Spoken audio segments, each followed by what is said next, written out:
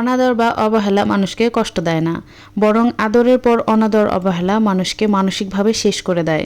মানুষ যা সরাসরি মুখে বলতে পারে না সেটাই তার আচরণ দিয়ে বোঝায়। ব্যাপারটা খুবই সহজ, যে মানুষ আপনার জন্য একসময় সব করতে পারতো, সেই মানুষটাই আপনাকে এড়িয়ে যায়। মানুষ এড়িয়ে গেলে দুঃখ পায় না, মানুষ দুঃখ পায় গুরুত্ব দিয়ে হুট করে এড়িয়ে যাওয়া শুরু করলে।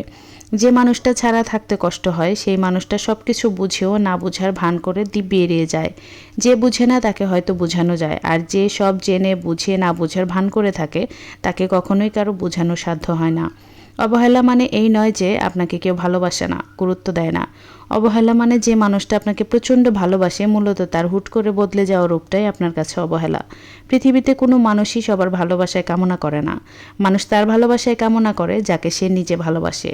ভালোবাসার মানুষটি ঠিক একইভাবে সারা জীবন ভালো না বাসলে মানুষের দুঃখের শেষ থাকে না। মানুষ অনাদর সহ্য করতে পারে, তবে আদরের পর অনাদর মোটেও সহ্য করতে পারে না।